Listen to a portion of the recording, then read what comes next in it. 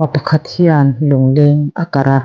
voi leh khatah lungleng dang chuan a rawn su bur a thing rim tak zeta rawn chuak la sawi felang a ti tur a mahse a han en chian chuan lung ruak mai alo ni tih a hriat a mawhchhiat tur reng an lo awm lo sawi fel tui tur pawh lungleng ruak tawlh lian mai chauh chu tah chuan hei hi a hre chhuak ta a lung chu ni lovin a thingpurin tu chu a nga ril dawn ani tih chu hei hi lungleng ruak an tih thin chu ani mui tinah a awm a ruak hmanna ti chhetu luah a so chang te izin chhuahna tur tih khawtlai anih chang te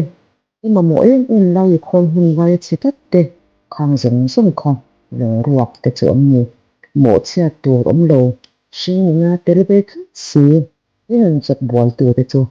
thing rim nan in kha khawh ral lo la lungleng ruak sati angin en lian dan ni chi rang che